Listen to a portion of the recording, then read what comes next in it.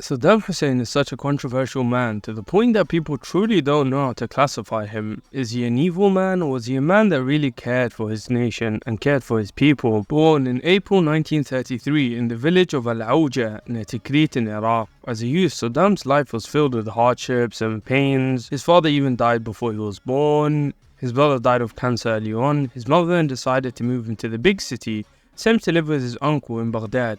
The thing is, his uncle was a massive Arab nationalist that believed in creating a pan-Arab landscape in the Middle East. Saddam's uncle heavily influenced him growing up, hence why aged just 20 years old he decided to join the Ba'ath Party. The main goals of this party was advocating Arab nationalism and socialism among other goals. The Ba'ath Party was gaining attention and influence in the region, hence why they decided it was a great time for a coup. In 1959, the Mosul uprising, which obviously started in Mosul in northern Iraq, between the government at the time headed by Abdul Karim Qasim, supported by the Iraqi Communist Party and some Kurdish tribes here and there, and on the side of the Ba'ath Party was the USA and the CIA. Regardless, this attempt was foiled and it failed, but it gave the Ba'ath Party a purpose, a goal to work towards. So in 1963, just a couple of years later, the Ba'athists attempted again. But this time it was successful. They deposed the General Abdul Karim Qasim in the coup. In my opinion, this coup wasn't really bloody. Only around 200 people died on both sides, and the Ba'athists went house to house searching for people who supported Abdul Karim Qasim, and they killed around, I'd say, 2,000 to 3,000 people. So the coup itself wasn't bloody, it's just after the coup, some bloody events took place. Interestingly again, the CIA seemed to have some involvement in this coup. They had involvement in the 1959 coup and the 1963 coup, which is very interesting to me. But again, to what extent, we don't really know. We don't know if they were involved fully, if they were involved by giving arms, whether they were involved with logistics. The Ba'ath Party in general was quite brutal and violent, setting the stage for Saddam's eventual brutality in the later stages. But Abdul Karim Qasim was supported by many Shias, and the Shias had a belief that he would re-emerge like the Mahdi and lead a revolution and muster great forces from Iraq to overthrow this new government. To add insult to injury and mock the Shias, Qasim's dead body was displayed on television in a 5-minute propaganda video called The End of the Criminals, which included close-up views of his bullet wounds, which then they spat on in the final scene.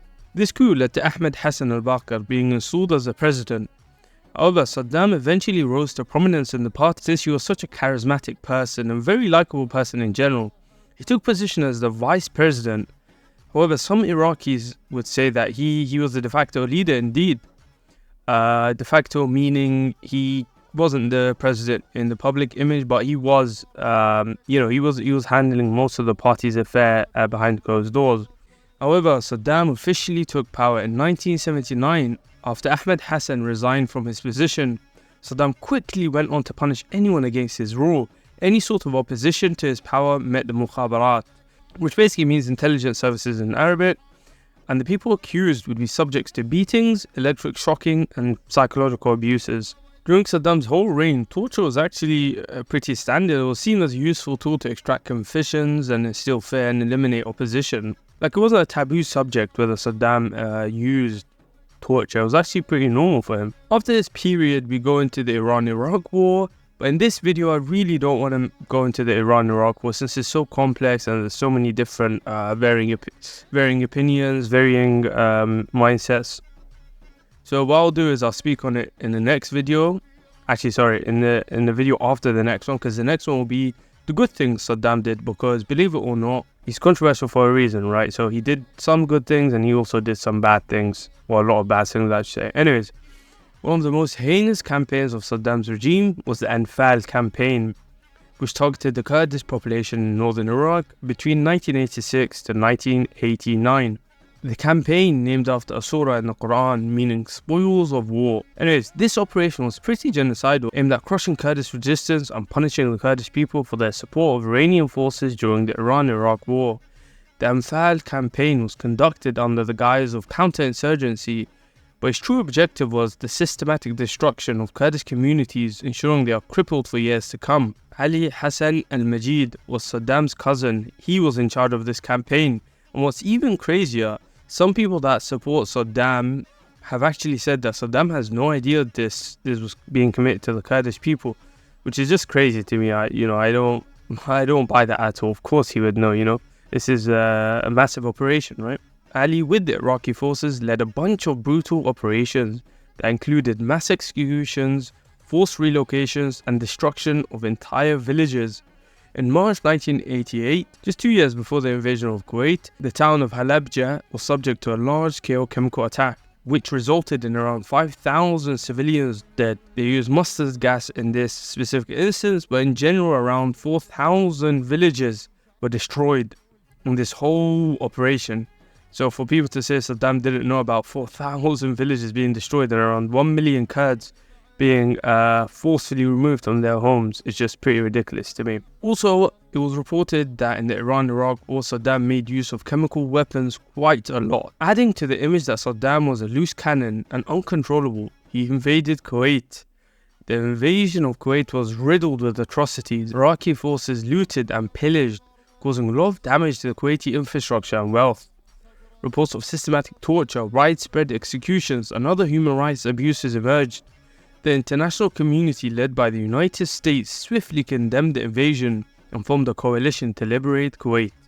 The Gulf War in early 1991 saw coalition's forces quickly overpower Iraqi troops, leading to Iraq's defeat within a mere few weeks. In retaliation to their defeat, retreating Iraqi forces set fire to over 600 Kuwaiti oil wells, creating an environmental catastrophe.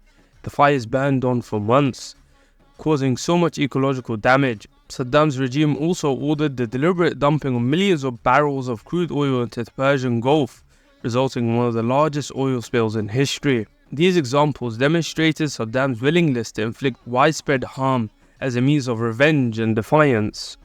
Their economic policies were marked by gross mismanagement and rampant corruption. Important portions of state revenue were diverted to military expeditions and luxurious lifestyles for Saddam and his family. While the ruling elite enjoyed opulent palaces and lavish lifestyles and cars, money, the general populace faced increasing poverty and deprivation.